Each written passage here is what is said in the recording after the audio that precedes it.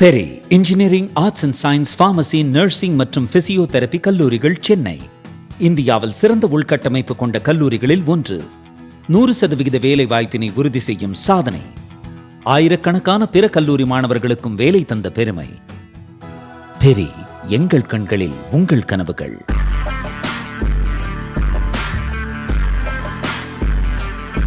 வணக்கம் ஜெயஹிந்த். இன்றைக்கி நம்ம மிக முக்கியமான அப்டேட் பார்க்க போகிறோம். பெட்ரோல் டீசல் விலை ₹3 இந்தியாவில் உயர்ந்திருக்கு. இதற்கு வழக்கம் போல் எதிர்ப்பு குரல்கள் அப்போசிஷன் தரப்புலேருந்து வருது. பட் இந்த ஹைக் வரும் அப்படின்றத நம்ம ஏற்கனவே சொல்லியிருந்தோம். 3 முக்கியமான காரணங்கள். ஒன்று, சப்ளை இப்போ கம்மியாக இருக்குது, ஸ்ட்ரைட் ஆஃப் ஹார்மோஸ் பிளாக்கேட் ஆனதுனால.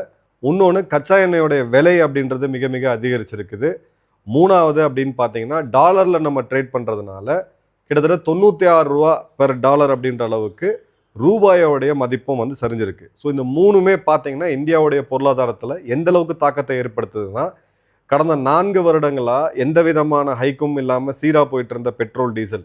இன்ஃபேக்ட் அதில் விமர்சனம் என்னென்னா, கச்சா எண்ணெய் விலை குறையும் போது கூட இவங்க குறைக்கல, ஸோ அதே சீராக தான் வச்சுக்கிட்டு இருந்தாங்கன்ட்டு ஒரு பஃபரை கவர்மெண்ட் வச்சுருந்தாங்க. அது 100% உண்மைதான். பட் இந்த எஃபெக்ட் எங்கே வருது அப்படின்னு பார்த்தீங்கன்னா, பிப்ரவரி 28க்கு பிறகு இந்த விலையேற்றம் அப்படின்றது நடக்காமல் இந்த ஆயில் மார்க்கெட்டிங் கம்பெனிஸ் எல்லாமே அந்த ஷாக் அவங்க எடுக்கும்போது ஜஸ்ட் இந்த 45-50 நாளில் பார்த்தீங்க அப்படின்னா 1 லட்சம் கோடி இழப்பீடு அவங்க சந்திச்சிருக்காங்க. இது ரொம்ப நாள் போக முடியாது. அதே மாதிரி இந்த விலையேற்றத்தை அப்பப்போ கொஞ்சமாக பண்ணாமல் அரசாங்கம் தேக்கி வச்சு ஒரே நேரத்தில் ₹10 ₹15 அப்படின்னு ஏற்றினாங்கன்னா இதுவும் இந்திய பொருளாதாரத்தை மிகப்பெரிய லெவலில் பாதிக்கும். ஸோ பெட்ரோல் டீசல் விலையேற்றம் ₹3 ஓரளவுக்கு மார்ஜினலாக இருக்குது. பட் இதே கச்சா எண்ணெய் விலை உயர்வு அப்படின்றது இருந்துச்சுன்னா மினிமம் அடுத்த ₹8 ₹15 அதிகரிக்க வேண்டிய சூழ்நிலை அப்படின்றது ஏற்படும். ஸோ என்னுடைய அனாலிசிஸ் கரெக்டாக இருந்ததுன்னா இன்னொரு முறை ஒரு மார்ஜினலான பெட்ரோல் டீசல் ஹைக்கை நம்ம நிச்சயமாக சந்திப்போம். பெட்ரோல் டீசல் ஹைக் சந்தித்தோம் அப்படின்ற போது பணவீக்கம், இன்ஃப்ளேஷன் அப்படின்றது 5.5% உயரும். இன்ஃப்ளேஷன் உயர்ச்சு அப்படின்னா இதை கட்டுக்குள்ளே கொண்டு வரதுக்கு நம்மளுடைய சென்ட்ரல் பேங்காக இருக்கக்கூடிய ரிசர்வ் பேங்க் அவங்களுடைய ரெப்போ ரேட்டை உயர்த்துவாங்க. அதாவது ரெப்போ ரேட்டை உயர்த்துனா என்னென்னா, நம்ம இப்போ ஒரு 10% ஹோம் லோன் வாங்கிட்டு இருக்கோம், ஒரு 8% ஹோம் லோன் வாங்கிட்டு இருக்கோம்னா வரக்கூடிய காலங்களில் நீங்கள் லோன் வாங்கக்கூடிய அந்த காஸ்ட் அப்படின்றது இன்க்ரீஸ் ஆகும். ஏன்னா அந்த பண சுழற்சியை கம்மி பண்ணி அந்த பணவீக்கத்தை கீழே கொண்டு வரதுக்கான ஒரு மெஷர். ரெப்போ ரேட் கிட்டத்தட்ட ரொம்ப வருடமாக ஸ்டேபிளாக இருந்துச்சு. இப்போ அடுத்தது ஆர்பிஐட்டு நிச்சயமாக அதை எதிர்பார்க்கலாம். இதெல்லாமே ஒரு மேக்ரோ எக்கனாமிக்கலில் நம்ம பண்ணக்கூடிய ஒரு சின்ன அனாலிசிஸ் தான். இப்போது இது எதனால் ட்ரிகர் ஆச்சு அப்படின்றது நம்ம எல்லாருக்குமே தெரியும். கல்ஃப் வார். இப்போ நம்மளுக்கு இருக்கக்கூடிய வல்னரபிலிட்டி என்ன அப்படின்னு பார்த்தீங்கன்னா, வேர்ல்டோடைய 3rd லார்ஜஸ்ட் ஆயில் கன்சியூமர் நம்ம தான். சீனா, அமெரிக்கா, அடுத்தது இந்தியா. அதே மாதிரி நமக்கு இருக்கக்கூடிய எனர்ஜியில் கிட்டத்தட்ட 87% நம்ம இம்போர்ட் தான் பண்ணுறோம். அந்த கச்சா எண்ணெயோ இல்லை கேஸோ நம்மக்கிட்ட இல்லை. எக்ஸ்ப்ளோரேஷன் இன்னும் போயிட்டு தான் இருக்குது அப்படின்றத பார்க்குறோம். 60% இந்தியாவுடைய எல்பிஜி டிமாண்ட் அப்படின்றது இந்த வளைகுடா நாடுகளில் ஸ்ட்ரெய்ட் ஆஃப் ஹார்மோஸை கடந்து தான் வருது. அதே மாதிரி இந்தியாவுடைய லைஃப் லைனாக இருந்தது ரஷ்யாவுடைய க்ரூட் ஆயில். பட் ரஷ்யாவுமே இப்போ மார்க்கெட் ரேட்டில் அவங்க லாஸஸை ப்ரிவென்ட் பண்ணுறதுக்கு மார்க்கெட் ரேட்டில் விற்கும்போது அங்கே அமெரிக்காவுடைய சாங்ஷன்ஸ் எல்லாமே வருது. ஸோ ரஷ்யா கிட்டேருந்து இருக்கக்கூடியதை நம்ம இன்னும் கண்டினியூ பண்ணிட்டு தான் இருக்கோம். இன்ஃபேக்ட் ரஷ்யாவுடைய வெளியுறவு அமைச்சர் லாவ்ரோவ் பேசும்போது ஓப்பன் சீக்ரெட்டு இப்போவும் இந்தியா ரஷ்யாட்ட தான் கச்சா எண்ணெய் வாங்கிட்டு இருக்கு அப்படின்னு சொல்கிறாங்க. அதே மாதிரி பார்த்தீங்கன்னா இந்தியாவுடைய எஸ்பிஆர், ஸ்ட்ராட்டஜிக் பெட்ரோலியம் ரிசர்வ் அப்படின்றது அதுவும் கணிசமான அளவுக்கு இப்போ கம்மியாக ஆகியிருக்கு. 77% தான் இருக்காது. இப்போ ஈரான் சில கப்பல்களுக்கு கிராண்ட் கொடுத்துருக்காங்க. கிட்டத்தட்ட 25 கப்பல்கள் அந்த இடத்த தாண்டி வந்திருக்கு. பட் இது இன்னும் ஸ்டேபிளாக போகுமா அப்படின்னா, சப்ளை சீரானா கூட அந்த கச்சா எண்ணெயுடைய விலை அப்படின்றது அதே லெவலில் இருக்கும்போது நமக்கு ஒரு நிச்சயமாக ஒரு பெரிய ஒரு ஹிட்டை இது கொடுக்குது. இப்போது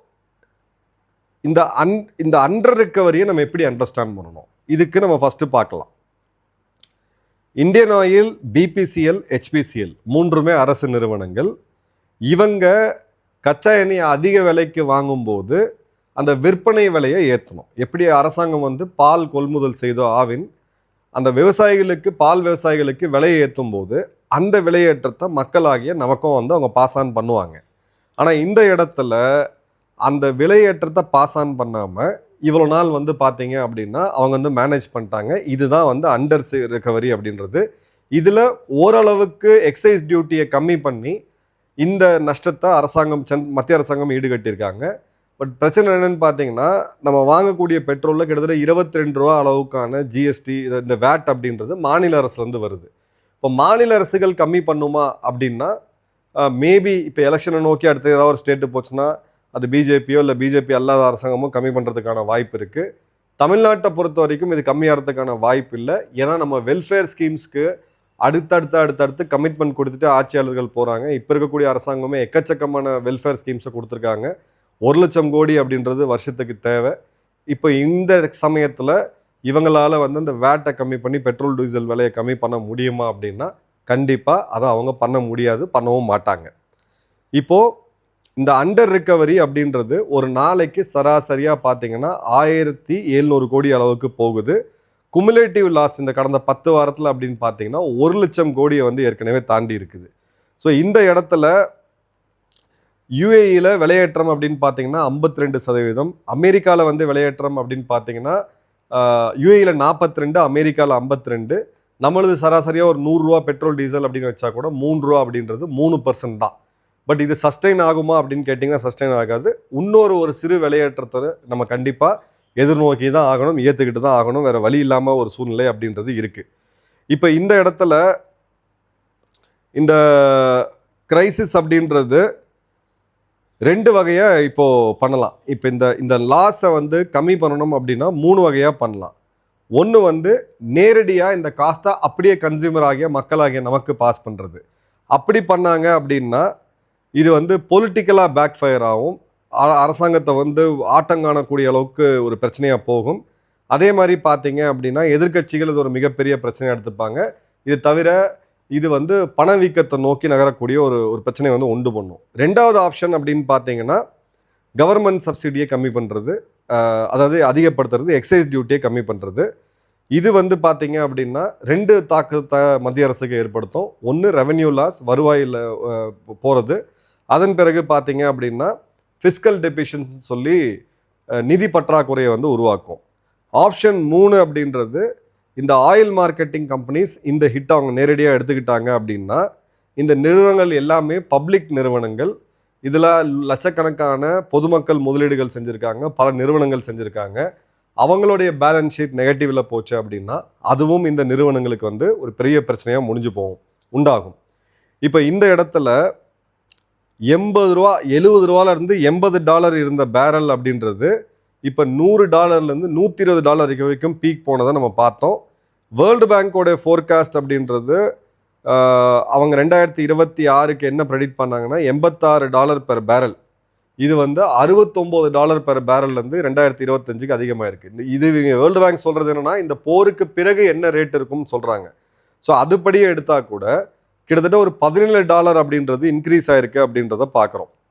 அதே மாதிரி பார்த்தீங்கன்னா 25 ரெஃபரன்ஸ் பாயிண்ட்டு ஓபெக் நாடுகள் என்ன பண்ணுறாங்க அப்படின்னு பார்த்தீங்கன்னா 4,11,000 பேரல் ஒரு நாளைக்கு அதிகப்படுத்தணும் அவுட்புட் அப்படின்னு பார்த்தாங்க. ஸோ அந்த கெயின் அவங்க கொடுத்த எல்லா கெயினுமே இப்போ ரிவர்ஸ் ஆகக்கூடியதை நம்ம கிளியர் கட்டாக பார்க்க முடியுது. இப்போது சிம்பிளாக ஒன்றும் பார்க்கணுன்னா $10 கச்சா எண்ணெயோடைய விலையேற்றம் அப்படின்னு இருந்துச்சுன்னா இந்திய பொருளாதாரத்தில் அது கொடுக்கக்கூடிய செலவு அப்படின்றது 80,000 கோடி. அப்போது இந்த ருப்பியோட ப்ரெஷருமே அதிகமாகுது அப்படின்றத நம்ம தெளிவாக பார்க்குறோம். இப்போ இந்த இடத்துல பெட்ரோல் டீசல் ஹைக் அப்படின்றது 3 ரூபாய்க்கு வைக்கும் பொழுது பெரிய அளவுக்கு இன்ஃப்ளேஷன் நிச்சயமாக வராது. பட் இது என்ன ட்ரிகர் பண்ணும் அப்படின்னு பார்த்தீங்கன்னா குறிப்பாக டிரான்ஸ்போர்ட்டில் இருக்கக்கூடியவங்க, லாரி டிரான்ஸ்போர்ட்டில் இருக்கக்கூடியவங்க ஒரு தின் மார்ஜினில் ஒர்க் பண்ணுவாங்க. இப்போ பெட்ரோல் டீசல் அப்படின்றது ஒரு வாகனத்தை இயக்கிறதுக்கு இந்த ஆப்ரேட்டிங் காஸ்ட் அப்படி அதில் பார்த்தீங்கன்னா கிட்டத்தட்ட 45% 50%. மிச்சம் இருக்கக்கூடிய 50% உங்கள் டிரைவரோடைய சம்பளம், உங்களுடைய tyre, battery, maintenance, engine oil எல்லாமே உள்ளே வருது பார்த்தீங்களா. அது ப்ளஸ் நீங்கள் கவர்மெண்ட்டு கட்டக்கூடிய பர்மிட்டு, டேக்ஸஸ்ஸு, ரோட் டேக்ஸு, அந்த வண்டி வாங்கினதுக்கான இஎம்ஐ, அது கட்டக்கூடிய வட்டி, இது எல்லாமே உள்ளே வரும். ஸோ 50% ஆப்ரேட்டிங் காஸ்ட்டில் ஒரு 3% அதிகரிக்குது அப்படின்ற போது விலையேற்றம் அப்படின்னு நேற்று வரைக்கும் 10 ரூபா ஒரு கிலோமீட்டருக்கு லாரி வாடகை இருந்ததுன்னா அது அதிகபட்சமாக பார்த்தீங்கன்னா 10 ரூபா 50 காசு இல்லை 11 ரூபா வரைக்கும் போகலாம். ஆனால் இந்த விலையேற்றம் அப்படின்றது மிச்ச எல்லா பொருட்கள்லையுமே இருக்குது. ஸோ அப்போ அந்த வகையில் பார்த்தோம் அப்படின்னா இந்த வாய்ப்பை பயன்படுத்தி டிரான்ஸ்போர்ட்டோடைய காஸ்ட் அப்படின்றது அதிகமாகும். டிரான்ஸ்போர்ட்டோட காஸ்ட் அதிகமாச்சு அப்படின்னா விலையேற்றம் அப்படின்றது ஆட்டோமேட்டிக்காகவே வரும். இப்போது ஆர்பிஐயோடைய இப்போ ரெப்போ ரேட் 5.25%. அதாவது பேங்க்குக்கு ஆர்பிஐ கடன் கொடுக்கறது அப்படின்றது மினிமம் வட்டின்றது ஆனுவல் வட்டி நான் சொல்கிறது 5%, 5.25%. இப்போ இன்ஃப்ளேஷனை கட்டுப்படுத்தணும்னா இதை வந்து கொஞ்சம் அதிகரித்து 5.5%ஆவோ இல்லை 5.7%ஆவோ எடுத்துகிட்டு போகிறதுக்கான வாய்ப்புகள் இருக்குது. ஸோ அப்போ என்ன ஆகும் அப்படின்னு பார்த்தீங்கன்னா, நீங்கள் வாங்கியிருக்கக்கூடிய personal loan, home loan, gold loan, இது எல்லாம் எந்த வகையான லோன் அந்த நீங்கள் இல்லை செக்யூர்ட் அன்செக்யூர்ட் லோனில் போனீங்கன்னா அதோடைய நீங்கள் எந்த வட்டிக்கு வாங்கினீங்களோ ஃப்ளோட்டிங் ரேட் இருக்கிறதுனால அதோடைய வட்டி விகிதம் ஏறும். இப்போ அதோடைய வட்டி விகிதம் ஏறும் அப்படின்ற போது இப்போ குறிப்பாக ஹோம் லோன்ஸ் எடுத்தீங்கன்னா பேங்க் உங்களுக்கு வந்து வட்டியை ஏற்ற மாட்டாங்க, அனௌன்ஸே பண்ண மாட்டாங்க. உங்கள் இஎம்ஐயை வந்து எக்ஸ்டெண்ட் பண்ணிடுவாங்க. நீங்கள் 160 மாதத்தில் கட்ட வேண்டியது இப்போ 165, ஒரு 5 இஎம்ஐ எக்ஸ்ட்ரா போகக்கூடிய சூழ்நிலை அப்படின்றது வரும். பட் ஆர்பிஐ இது ரொம்ப தெளிவாக ட்ராக் பண்ணிக்கிட்டு இருக்காங்க. ஸோ இது உடனடியாக இது வருமா அப்படின்னு கேட்டிங்கன்னா வாய்ப்பு இருக்குது. பட் இது உடனடியாக வரும்னு நம்ம சொல்ல முடியாது. ஆர்பிஐயோட ரெப்போ ரேட் வரும்போது நம்ம அதை பற்றி பேசலாம். இப்போது இந்தியாவோடைய டிப்ளமேட்டிக் டைட்-ரோப் நம்ம பார்க்குறோம். ரஷ்யாவோடைய க்ரூட் ஆயில் அப்படின்றது நமக்கு ஒரு பெரிய ஒரு பிரேக்காக கிடச்சிது. அதோட டிபெண்டன்சி அதிகமாக இருக்குது. அதே சமயம் அமெரிக்காவை அளவுக்கு மீறி இந்தியாவால் பகைச்சிக்க முடியாது. இவங்க ட்ராமா ஒரு பக்கம் போயிட்டுருக்கு. இந்தியா சைனாவுடைய அந்த ரிசெட் அப்படின்றது இன்னும் ஃபுல்லாக நடக்கலை. ஸோ ஒரு குளோபல் விஷயம், ஒரு ஜியோ பாலிட்டிக்ஸ் ஏன் வாழ்க்கையில் முக்கியம்னு சொல்லி இதை வச்சே பார்க்கலாம். எங்கேயோ நடக்கக்கூடியது நம்ம எல்லாரோடைய பாக்கெட்லேயும் ஒரு தாக்கத்தை வந்து கொண்டு வருது அப்படின்றத பார்க்குறோம். ஸோ இந்த இடத்துல இந்தியாவோடைய ரினியூவபிள் மற்றும் ஷார்ட் டேர்ம் ஃபியூல் டிபெண்டன்ஸ், அதாவது இப்போ கோல் கேசிஃபிகேஷன் ப்ராசஸை ஆரம்பிச்சிருக்காங்க. இப்போ எல்லாமே சரியாக போச்சு அப்படின்னா கோல் அப்படின்றது ஒரு டர்ட்டி ஃபியூவல் அப்படின்ற ஒரு பெர்செப்ஷன் இருக்குது. உண்மையும் கூட, ஏன்னா அதில் பொல்யூஷன் வந்து அதிகம். பட் இப்போ இந்தியா கிட்ட ஒரு 200 வருடத்துக்கு தேவையான கோல் இருக்குது. இப்போ கோல் கேசிஃபிகேஷன் பண்ணாங்க, அதன் மூலிமா கேஸ் எடுத்து இண்டஸ்ட்ரி, பெட்ரோகெமிக்கல்ஸ், ஃபெர்டிலைசர் ரன் பண்ணாங்க அப்படின்னா இந்த போர் இன்னும் ஒரு 5 வருடம் கழித்து மீண்டும் வந்து இல்லை இது போன்ற ஒரு சூழ்நிலை எப்போ வந்தாலும் நமக்கு இந்த இடத்துல ஒரு பெரிய பிரச்சனை இருக்காது. கோல் கேசிஃபிகேஷன் நம்ம பண்ணியிருக்கோம். 32,000 கோடி இதுக்காக வந்து நிறுவனங்களுக்கு ஹெல்ப் பண்ணுறதுக்காக அரசு நிதியீடு ஒதுக்கி இருக்கிறாங்க. பட் கோல் கேசிஃபிகேஷன் உடனடியாக நடக்காது. ஒரு 3-4 வருடங்கள் கண்டிப்பாக ஆகும் அப்படின்றத பார்க்குறோம். ஸோ இந்த இடத்துல நம்ம முக்கியமாக கவனிக்க வேண்டியது என்ன அப்படின்னு பார்த்தீங்கன்னா, வேர்ல்டு பேங்கோடைய ப்ரொஜெக்ஷன் நான் ஓரளவுக்கு அதை நம்புவேன்.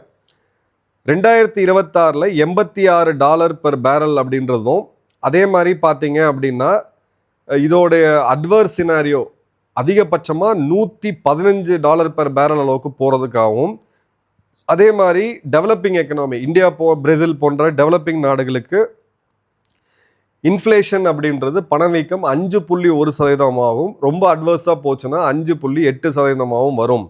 ஸோ இது வந்துச்சு அப்படின்னா முதல்ல தாக்கம் எனர்ஜியில், ரெண்டாவது தாக்கம் உணவில், அதன் பிறகு இன்ஃப்ளேஷனில், இன்ஃப்ளேஷன் இது 3 ஆச்சு அப்படின்ற போது இன்ட்ரெஸ்ட் ரேட்டில். ஸோ நம்ம வாங்கின கடனுக்கான வட்டி அப்படின்றது ஃபைனலாக அதிகமாகும். இப்போது இதில் ஏதாவது கம்மியாகிறதுக்கு வாய்ப்பு இருக்கா அப்படின்னு கேட்டிங்கன்னா நிச்சயமாக இப்போதைக்கு கிடையாது. இது இன்னும் ஒரு முறை உயரத்துக்கான வாய்ப்பு இருக்கா அப்படின்னு கேட்டிங்கன்னா அதுக்கான சினாரியோ கிளியர் கட்டாகவே இருக்குது. ஸோ உங்களுடைய பெட்ரோல் பம்போடைய பில் அப்படின்றது நிச்சயமாக கொஞ்சம் அதிகமாகும். இப்போது நம்ம ஒரு ஆவரேஜாக ஒரு 100 ரூபாய்க்கு நம்ம பெட்ரோல் டீசல் போடுறோம், நம்ம ஒரு மாதத்துக்கு 100 லிட்டர் பயன்படுத்துகிறோம் அப்படின்ற போது உங்களுடைய பில் வந்து 10,000 ரூபா நீங்கள் பெட்ரோலுக்காக செலவு பண்ணுறீங்க. இப்போ 3 ரூபா அதிகமாகும் பொழுது அதே 100 லிட்டருக்கு நீங்கள் போட்டிங்க அப்படின்னா உங்களுக்கு வந்து ஒரு 300 ரூபா அதிகமாகும். ஸோ இதுதான் நெட் டு நெட் இருக்கக்கூடிய எஃபெக்ட். பட் இது இன்னொரு முறை போச்சு, இது வந்து வெறும் பெட்ரோல் டீசல். இன்டெரக்டாக பார்த்தீங்க அப்படின்னா நமக்கு வரக்கூடிய காய்கறியிலேருந்து நம்ம அன்றாடம் பயன்படுத்தக்கூடிய எஃப்எம்சிஜி எல்லாமே அதுலேயும் ஒரு தாக்கம் ஏற்படுத்தும் அப்படின்றத நம்ம பார்க்கணும். கடைசி ஒரு இம்பேக்டாக பார்த்தீங்கன்னா நம்மளுடைய இஎம்ஐ அதிகமாகிறதுக்கான வாய்ப்புகள் இருக்குது. ஸோ இதனால தான் பிரதமர் வந்து அந்த இடத்துக்கு நம்மளை தயார்படுத்தி கொண்டு போகிறாரு. இதில் நம்ம இன்னும் ஸ்டடி பண்ணிகிட்டு இருக்கக்கூடிய ஒரு விஷயம் என்ன அப்படின்னு பார்த்தீங்கன்னா எல்னினோ. இந்த சூப்பர் எல்னினோ அப்படின்றது மிகப்பெரிய தாக்கத்தை ஏற்படுத்தும் அப்படின்ற போது இந்தியாவுடைய சில முக்கியமான பகுதிகள் இருக்குது. ஒருவேளை ஒரு கடும் வறட்சியும் வந்து போர் சூழலும் இருந்து இந்தியா நாளைக்கு உணவு தேவை அப்படின்றத எங்கேயாவது ஒரு இடத்துல நம்ம ஸ்ட்ரகிள் ஆகிறோம் அப்படின்னா அப்போ நம்ம எல்லாருமே டைட் ரோப் பண்ணி தான் ஆகணும். இன்னும் அதை ப்ரெடிக்ட் பண்ணிக்கிட்டு இருக்காங்க, நாமளும் அனாலிசிஸ் பண்ணிக்கிட்டு இருக்கோம். இதை பிரியம் பண்ணி மக்களை பயமுறுத்துறது நம்ம என்றைக்குமே நம்ம சேனலில் அதை பண்ணதே கிடையாது. எல்னினோ பற்றியான முழு விவரம் யார்கிட்டையுமே இல்லை, ஒரு யூகம் தான். அது ஒரு ஃபோர்காஸ்டிங் மெத்தட்.